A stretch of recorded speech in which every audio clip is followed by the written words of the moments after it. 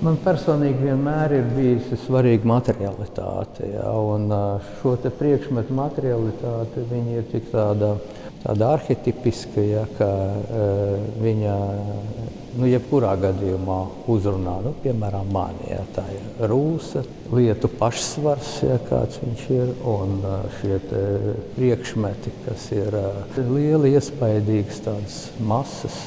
Es biju pārsteigts, ka man tā atdzīvināšana aizņem vairāk laika nekā kādreiz viņu uzliekot.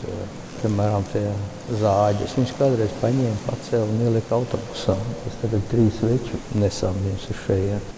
Pa daudz ilgi nācās ņemties ar visādiem sīkumiem.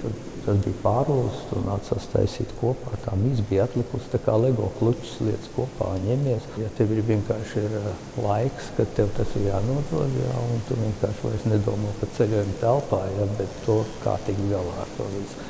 Bet tā, lai nebūtu pilnīgi garlaicīgi, es uztaisīju tādas 2 jaunas darbus, kurus vienkārši pielikt klāt, kas ir tā kā šīs tēmas, varētu teikt, tāds turpinājums tagad.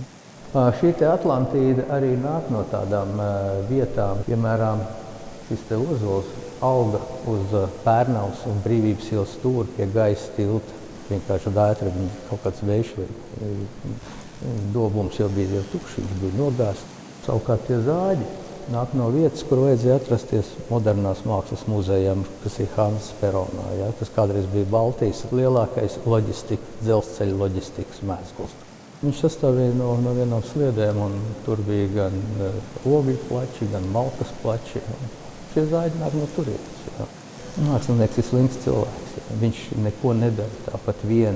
Tā īsti viņu motivē tikai brīdis, kad tev vajag to lietu uzlikt. Un ar to brīdi tu īstenībā arī sāc kustēties. Ivars Viņkovskis vainīgs ir pie šitā, ko mēs te redzam. Šis, uz ko mēs raugāmies, ir analogais laikmets. Ja. Katram laikam ir savas vilkmes un savi uzstādījumi.